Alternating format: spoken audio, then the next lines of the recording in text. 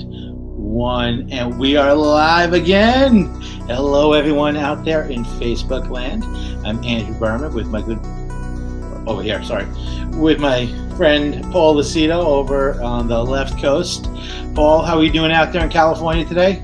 Doing great, Andrew, as always. A beautiful day outside today. So how are things in New York? It's beautiful, lovely time of year here in New York. You know, hanging out down by the beach here in Long Beach. And so if you've not been here before to catch Paul and I doing the 30 Days of Thought, today we're going to be focusing on relationships, 30 Days of Thought. It's a book by Doran. Doran wrote this book that's kind of caused a movement of people that are reading Jay's passages, writing down notes about their thoughts from that passage, and then recording videos. So I've got, look who we got. We got Darla. Hey. Fantastic. All right. So, so we basically just go into this. We kind of share our thoughts.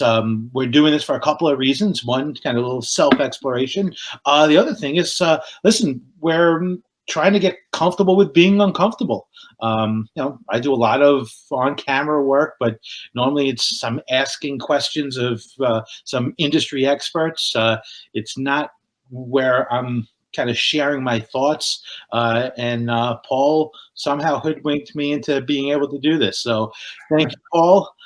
So today we're doing relationships. So I always like to kick it off with Jay's kind of summary of the chapter. He goes, relationships are understanding. And Paul, you always have to start this off because, I take notes from the stuff that you say. So go right ahead. Thank you, Andrew. I appreciate that. And like Andrew said, talking about getting comfortable with being uncomfortable, sometimes relationships can be a very uncomfortable set of circumstances to navigate, whether in business or in your personal relationship. This is our 13th episode, by the way, I believe, Andrew, 13th episode. So we've done 12 podcasts. We'll call them podcasts. They're kind of like video podcasts that we've done. So look, this is a very short paragraph that he put together, he being Jay Doran, but in reality, we can go all over with this because there's so many things that play into it. I have always said this, I'm going to tee off with this, is that relationships, as well as being accountable and responsible for not only your happiness, but the happiness of others, is probably one of the most difficult things to do in one's life. I've been married, for example, for 34 years to my lovely wife, Darla. And, and we've been through it. I mean, through the thick and thin of it. And it's all about, not throwing the towel in, navigating uncharted waters together, trying to hold each other up. You know how a marriage can be. Or even in business, a relationship could be like that too. You've got to figure out, how to navigate that. And a lot of it is all based on the following things. If you think about it, feelings probably being the number one thing. Are you guys philosophically aligned is something that I always, look at. And then ideologies, things that you believe in. And then, of course, the big one, opinions. And opinions do matter. And, a lot of us are always fighting to get others to align with us. We're always looking for alliances out there. We're always looking for people that share the same opinion, that are of like-minded, a like-minded mindset, I should say. So one of the most important things, Andrew, and we can go back and forth here a little bit, but I think right now, let's just talk about communication. And then we can go into a few other things that I've written down here. Communication to me is probably the key in having an actual relationship that over time, of course, will lead to trust, and then, of course, trust to loyalty, where, it goes in for the long haul. How about you give me a little bit of your take on that, and we'll kick back and forth. So, I mean, listen, a relationship, it's like it's an exchange of almost tasks, thoughts.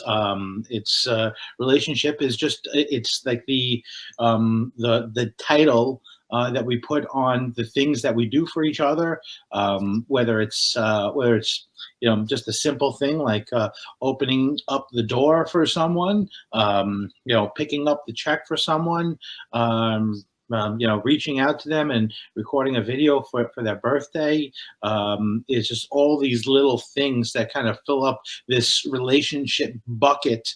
And obviously, your love relationships with your significant other, my wife Barbara, that should be the one that overfloweth, because we spend the most time together. But it's interesting. So this just popped into my head. I really wish I would have thought about this before, because so Carl White, who we know and just think the world of, he talked about I'm trying to remember the name of the book, but he told me about this book that is talks about actually really dealing with marriage, dealing actually with a relationship between a husband and wife, and the four languages of love, I believe it is. So in the book, it talks about the relationship between a husband and wife, but Carl applies that same thinking to all of his relationships. It's not just actually the way, and obviously his relationship with his wife is even deeper and beyond that. But he takes those same philosophy and applies that, to his relationship with his friends, with his clients, and I don't think, if you know Carl, you're not an acquaintance of his. You're instantly a friend of his, and I think he's mastered that thing, and I think our relationship is just, like I said, this bucket of all the acts and things that we do to kind of pour our heart into the other person. Well, that's very interesting, and you bring up love, and I think that was one of the key components of what Jay Doran was trying to get across, because he says here. Now I'm going to read really directly off what he's saying. He's saying that the acceptance of belief lead to mutually beneficial actions, right? That strengthen the mind, the heart, and the spirit of all parties involved in the relationship. He is saying this is love. Would that make relationships love? Well, I think in many ways it does. You and I have got a bond, and we've been, we for a long time, for many years. We're long distance. We have this long distance relationship, but we've got a loyalty to one another because we formed a bond of trust over time. When I look at what I have with my wife, who's really more like a soulmate, I'm looking at marriage now. That's something that, there are things that you go through that are above and beyond. Sometimes it's easier to manage relationships outside of those that you're really close to, because there's certain things that you're not going to really share together or step into. When you're as close as you are in a marriage or with a significant other, or your children for that matter, you really see who people are, and you see their weaknesses, their strengths. You need to be there to help pick them up when they're down, and vice versa. So there's a lot of components and dynamics that play into that. But there are a few components like that play into business. I go back to some things that are important that, again, for our listeners out there, apply across the board almost in everything that Jay has been conveying throughout his entire book, a lot of which speak to cultural alignment. In theory, a relationship is getting culturally aligned when you stop and think about it. You want to keep it as conciliatory as possible. That does not mean you're not going to have moments where you're not going to agree on something. There's going to be debate. There's going to be argument. But when you have respect for one another, you can at least respect where the person's coming from. You may not agree with them. You may not see completely eye to eye. But if you have enough respect, trust, and love for that person, you're willing to maybe take a step back and just kind of be empathetic to understanding where they're coming from and what they're trying to say. I'm always working on that on a personal level. It's not always easy to be an empathetic person. It's easy to say it. It's another thing to actually, live and breathe it, right? And the other thing I want to talk about, let's move this into the business, and let's move this into the business of the mortgage industry. I've been in the mortgage industry now for 22 years. The last, I guess the last 15, we'll say, maybe even 15 years at the level I'm at, whether at the national marketing level or as a chief marketing officer. But the idea is, I've seen it, Yeah. and it's a revolving door. Jay talked about that earlier. After 1,000 years, common definition is still unclear. Consider the turnover of businesses. Yeah. Okay, I consider the turnover of employees in the mortgage industry. It's a revolving door. Why? Well, a lot of it is just you're going through people, and people are going through you as a company to try to figure out if they're aligned, if they're the right fit. You could have a great person, but they just might not be culturally aligned with your company, might not be the right fit. That's where the old saying, the diamond in the rough. People come in, they're a little bit, you're not sure, but a few diamonds in the rough, you polish them, and before you know it, you've got some keepers there, right? But you got to go through a lot of mining before you find those people. And so anyway, so I believe that, the right fit, and once again, to be like-minded. We're really all looking for like-minded people. I mean, would you, I don't know, any thoughts there, Andrew, from your perspective? What do you think about that? Yeah, it's interesting. I mean, so I think we're going actually into a deeper direction, I think the cultural alignment of an organization, it does have to do with relationships. The relationships from the from the top down. It's the leaders of the organization kind of need to have relationships with the people below them and below them and below them, and they need to give the love there. I think that's how one way actually that these organizations can be culturally aligned. Now, the love can, I guess, manifest in different ways. Respect and admiration. It doesn't necessarily have to be, in typical relationships that you'd have with your, your buddy or your wife. So I think, it does have an impact on your organizations. But I think I like where you're going with that. Well, the reason I bring that up is because I think for most people listening, they're going to say, well, it's a pretty obvious thing what relationships are. But ironically, as obvious as it seems, it's one, I go back to the same thing. It's really, truly a very difficult paradigm to navigate, model to navigate when you think about it. Relationships are probably, again, one of the most difficult things. Now, if you're a people person, I'm a people person, you're a people person, we can easily adapt and at least navigate unfamiliar waters and unfamiliar people to at least kind of get to a point where we can have a conversation. And if you're more outgoing, more gregarious, I had a grandfather who would, like we talked about in our last episode, you too. We were talking about people that are very gregarious, loquacious. They get out there. They're not afraid to talk to everybody and anybody, right? Anybody and everybody. I don't know if say that. My dad always used to say something to me when I was a kid: birds of the same feather flock together. I think many of us birds out there are looking for a similar species. We're looking for a similar type, people that we can have a relationship with. If you're sports-minded, you're going to probably migrate and gravitate to sports-minded type people. If you're more of a cerebral type person, or you might more academia, you're going to migrate toward people of that type.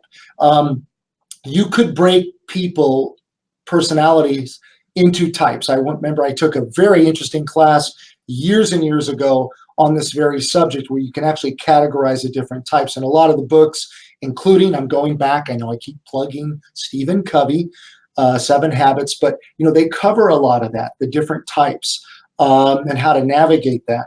But anyway, I go back to the same thing. I think love, in some odd way, is the glue. It bonds us all together in some way. My wife and I will talk sometimes about, she'll make a joke and she'll say, oh, it must be nice you got your bucket filled today. somebody pays you a compliment or says something nice to you or lifts your spirits. You know, we all need our buckets filled every now and then. It carries us over. You always make jokes. Thanks for the compliment. That'll hold me probably at least until next Friday. You know, the idea is that we all need some form of acceptance into the circle. Okay. Yeah. And philosophically, I'm speaking now. Okay.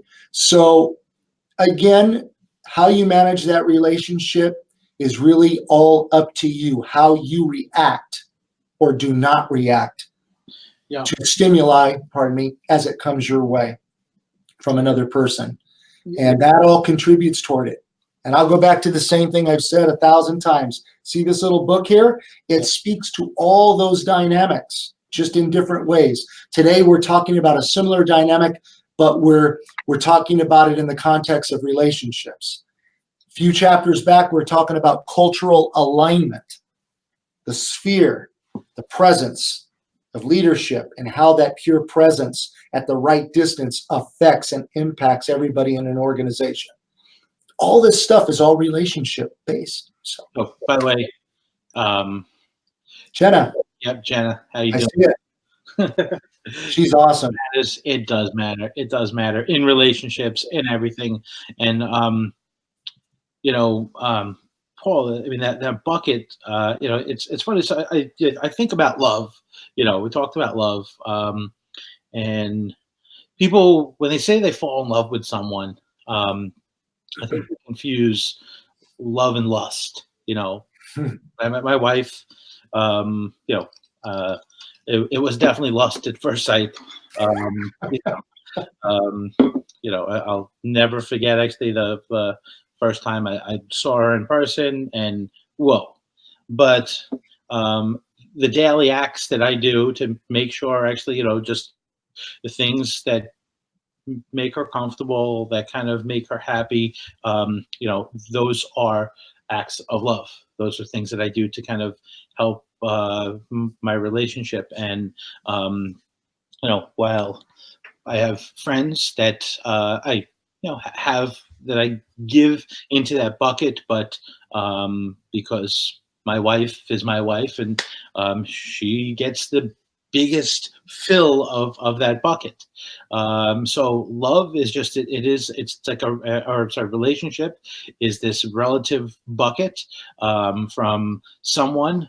Oh, that's cool. The layout is insanely gorgeous. You guys are so cool. Thank you, Jenna. She's awesome. Collaborative. Are so cool. So, yes, I just think love is something that, or the relationship bucket is filled with activities that we do to show our love. And whether it's me holding the door open for the person that's standing behind me, that's a micro act of love, I guess we can call it that. But it's a relationship. I'm acknowledging this person. You just try to do more and more for the people that you care about, whether it's in your organization, whether it's your friends, whether it's, your spouse. I agree, 100%. And you know what? We can all do better. I know I can certainly do better, because what happens over time is in the initial stages, and I know about that lust thing, and I know exactly when I met my wife for the first time and the effect and impact that she had on me. She still does.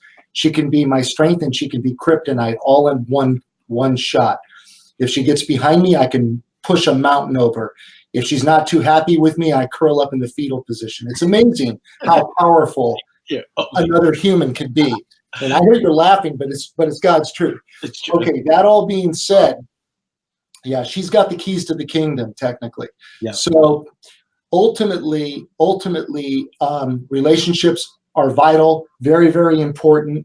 All of us are still going through our lives till the bitter end, navigating those waters, some charted, some uncharted. And it's the uncharted waters that sometimes help us actually grow to be better people, because we can all get very comfortable. And again, I go back to the same thing. We need to get a little uncomfortable to actually force change. Progress is not possible without change.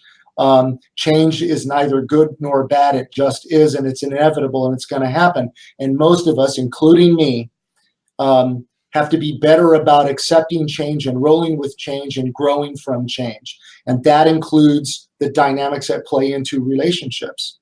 So I hope that gives folks some insight. I know you and I tend to be very conciliatory in these podcasts. We're not really debating per se. We tend to be very much in agreement. Again, what's great about Jay's book for our listeners is there's no right or wrong answers. This is about just reading a passage, a parable, and then coming up with your own interpretation. Andrew and I have just decided to do it jointly, which is really good because it gives you two perspectives, which I think is a healthy approach on it. Yeah, and by the way, I think so. We're doing it this way. This book doesn't have to be used that way. I mean, most people. There's a lot of people actually. As a matter of fact, most of my reading of 30 Days of Thought, I read, write, and I record a video for myself. Like no one sees these videos. Like I have a collection of videos where I'm sitting there actually where I'm in my t-shirt sometimes. I'm in a bathing suit. You don't want to see actually the ones that I record at 4 or 5 o'clock in the morning. Where my hair is all messed up and it's not pretty. So yeah, beautiful. So listen, I think we should wrap this up. We're 21 minutes into this. Wow, that's the longest one so far. Yeah, but it was a good one. So do you pick a topic for next week? Yes. So here's what I would like to do. Let's just completely go in another direction. Okay. Let's go and hit information age. I think that will be a really good one. I think it's going to require us to do some deep thinking. It's a topic that's on the tip of everybody's tongue. Also, for some of you that might be listening, a reminder, and we're going to put out a formal announcement. We're going to be at the NAM event coming in September. And Andrew's going to be there. I will be there. And we're recruiting Jason Frazier and Josh Pitts and Kevin Peranio. We're all going to go up on stage. We're going to do this TED Talk style. I will be the moderator, and we're going to talk about living on video. And, are we all living our lives through a lens by choice, choosing to live our lives through a lens?